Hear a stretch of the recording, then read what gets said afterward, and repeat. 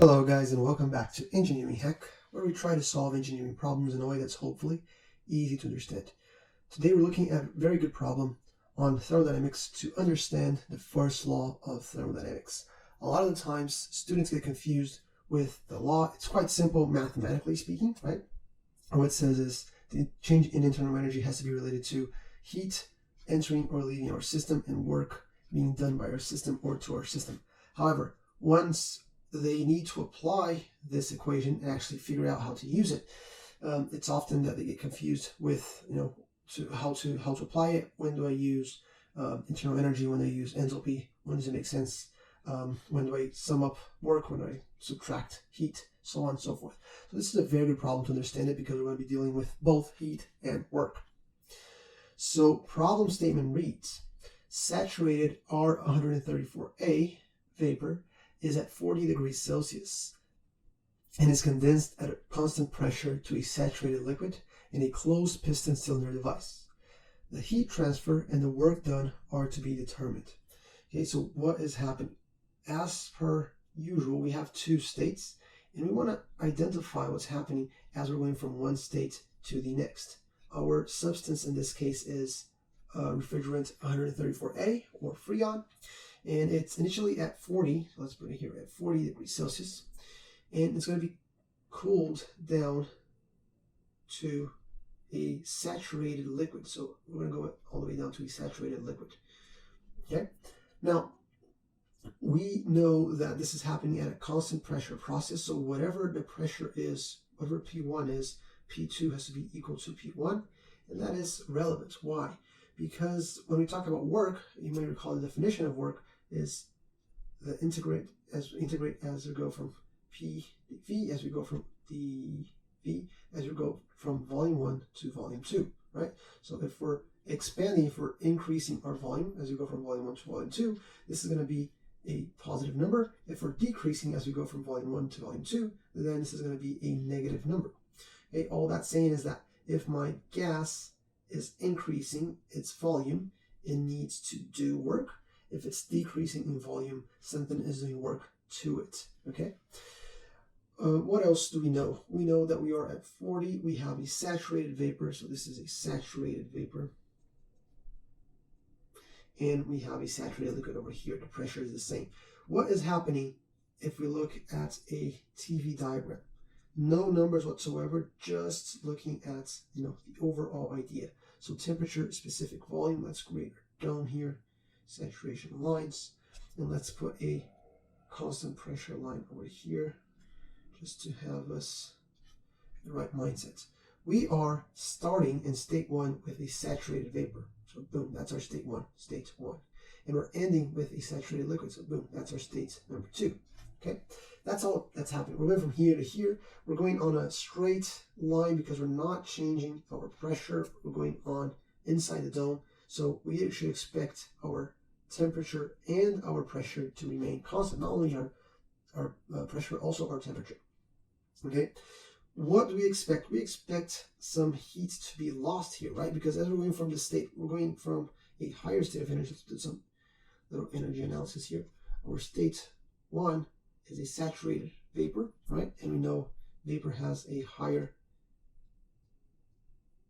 we have the molecules bouncing more freely, they have more kinetic energy, and when we go to the liquid state, they have less. So we're actually losing some energy. We're going from a higher energy state to a lower energy state. So we expect some heat to be going away from our system, right? We're losing some heat. And you also know that the volume of the gas occupies is greater than the volume that liquid occupies. So given this is a piston cylinder system, so let's put a little piston here. What we expect is that this guy here is actually going to be like so, right? A bit lower than it was in state 1, right? Because we have saturated liquid, and liquid occupies less than a vapor. Okay, so if it's changing in volume, then work is going to be present. The work is, in this drawing, it's quite easy to see, the work is being done by the atmosphere, right, to our gas. So that is the P dV over here is quite easy to see that it's a work done to our system. All right, cool. So what do we need to do now? Well, let's grab some properties for state 1 and for state 2. We can use our property tables for that. We're sick and tired of doing that. But we also need to figure out how to account for this, right? And there's two ways to do it. And I'm going to show you guys both ways because I think it's going to be very useful to understand the problem, okay? The first way I'm going to do is the following. I'm going to do the classic thermodynamic way. What is that? Well, I'm going to grab this equation. I'm going to grab this equation over here. And I'm going to note that I'm going to leave delta U over here. I'm going to leave my heat over here. And I'm going to note that, this guy here is the negative one we talked about before. And I'm going to know that this is just P dV. So I'm going to put the equation now as the integral of P dV as we're going from volume in state 1 to volume in state 2. Okay. Note the pressure is constant. We know that P1 equals P2. Pressure does not change. We see this here on the drawing too. So therefore, this pressure can leave the integral and we're left with delta U equals the heat minus P that integrates from V1 to V2 dV. So that's quite easy, right? This is simply put just V2 minus V1, V2 minus V1, which simply put is just delta V, right? So the delta V, boom. So now what I can do is I can send this term here to the other side along the left hand side, and I'm going to end up with P delta V. And this here is pretty much the definition of delta enthalpy, right? Because enthalpy, if you recall, is just a convenience property, which is defined as U plus PV. What we have there is precisely, if it's delta enthalpy, that's going to be H2 minus H1, which is equal to U2 minus U1, plus, I should do this, U2 plus PV2 minus U1 plus PV1. Okay, and that's precisely what we have there. Just put it right here, so this is all correct. Okay, so all that to say that this left-hand side here is also equal to delta enthalpy. So if I find my delta enthalpy using my property tables, I can straight off the bat calculate what is the heat that's leaving my system. Okay? Now, I expect my H2 to be smaller than my H1. Why? Because of what we talked about here, right? Because of what we talked about here. We know that state 1 has a higher state of energy. So if I take state 2 minus state 1, I should have a difference that is negative, and that's telling us that's the heat is going away, not going into my system. All right? So that's the first thing we're going to do. And then after we do that, what we can do to calculate work is to say, okay, if work is simply P integral V1 to V2 dV, and my pressure is constant, and this is the integral is just delta V, so I can just do delta V. So I can grab off the pressure off the table, I can grab the delta V off the table, and I can calculate what is the actual work that's being done to my Freon. Okay, so that's the approach we're going to take. That's how I'm going to calculate heat and work, right? One step at a time. So what I'm going to do is I'm going to look for my 40, is it 40? Yeah, 40 Celsius. I'm going to look for my 40 Celsius in the temperature table. We'll be looking at the saturated table, obviously, because we know this is a saturated vapor. And we're at 40, we're over here. It's 40, there you go, 40 is just here. Okay, and you recall that this is the pressure column just here. This is the specific volume for the saturated liquid. This is specific volume for the saturated vapor. And then we're going to have our internal energies and our enthalpies and all whatnot. So let's grab it here. And enthalpy, I'm interested in the enthalpy for my state. This is state 2, right? And this is state 1. So this is where I'm going to read things off to be able to grab my enthalpy. Here and here. Okay? So enthalpy of state 2 is this. Enthalpy of state 1 is this. As simple as that. My delta, it's lowercase because this is per kilogram, right? It's going to be 271 minus, sorry, other way around. 108 minus 108 minus 28 minus 271.31, right? So my delta enthalpy in this problem here ends up being, what did I get here? 163.03.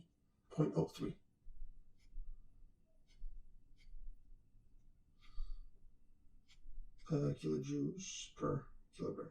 The units straight off the table. Yep. And this is, as we've noted, equal to heat, right? So we can write it two ways. We can write heat as negative, or we can say Q equals 163.03 kilojoules per kilogram, leaving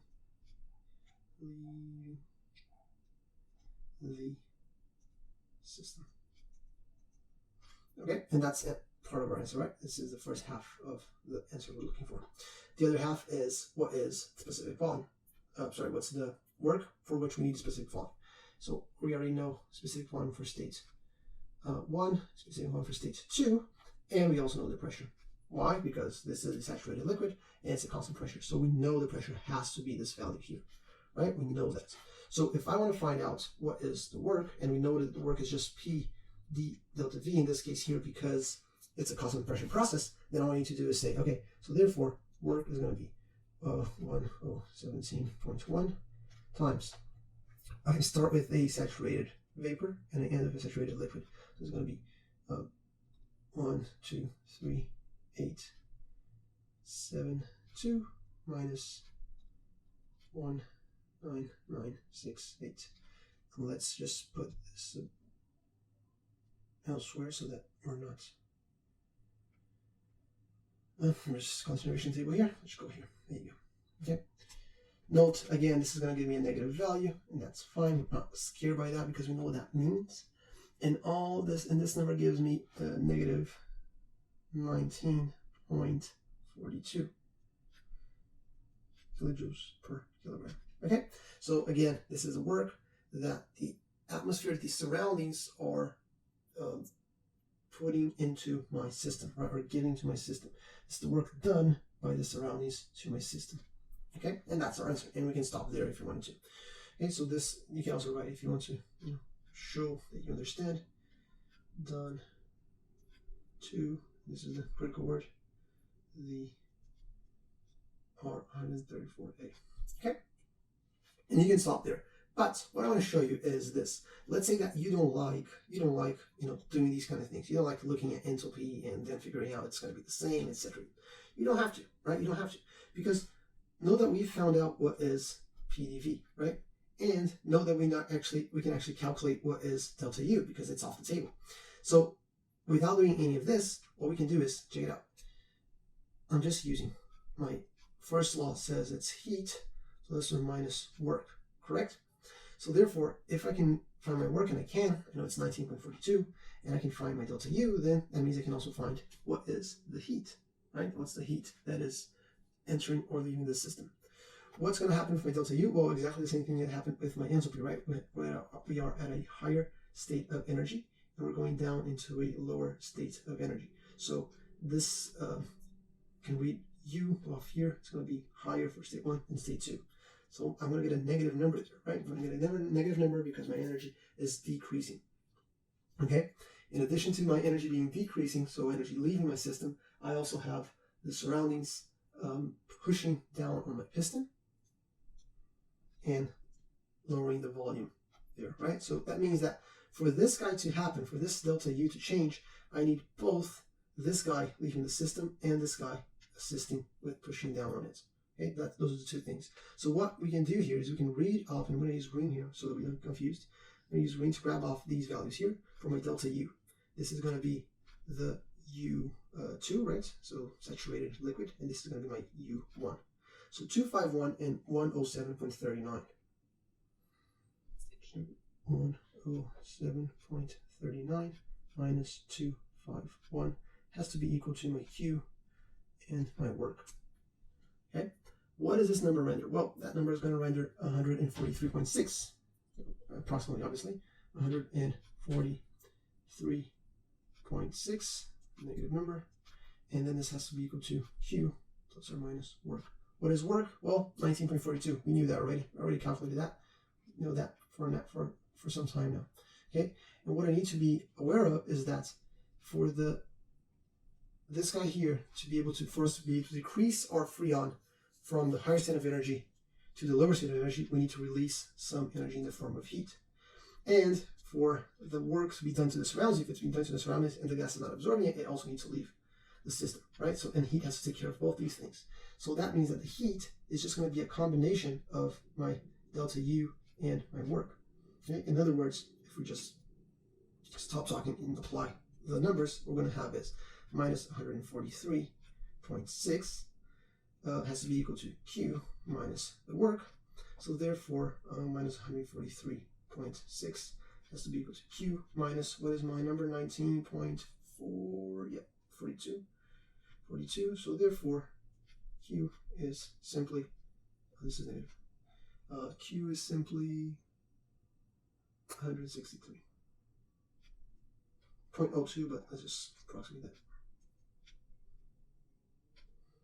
Okay, so I need 163 kilojoules per kilogram leaving my system. And guess what? This number has to be exactly the same as this number here that we calculated before, right? It has to be. Why? Because remember that enthalpy is simply U plus PV, right? So if we take away PV, then we're left with U, right? And that's what we did precisely. We took delta U, we added a PV in the form of work, and that gave us the heat. So I think this is a great problem for you to understand what's happening, for you to be able to use the first law confidently. You can do both ways, obviously. If you find that this way it makes more sense to you and you can understand where energy is going, where it's coming from, etc., then please be my guest and do that way. If you prefer doing it this way and using enthalpy, also 100% fine. The important thing is that you actually understand what's going on. Understand mainly this concept here, right? This concept here of I'm going from a higher state of energy to a lower state of energy, or vice versa. So therefore, because I cannot destroy energy, some energy needs to be leaving the system. Or if I'm going to a higher state of energy, some energy needs to be entering the system, right? So I hope this helped you out. If it did, consider liking this video. If you have any questions, as per usual, just leave them down below, and we'll talk soon.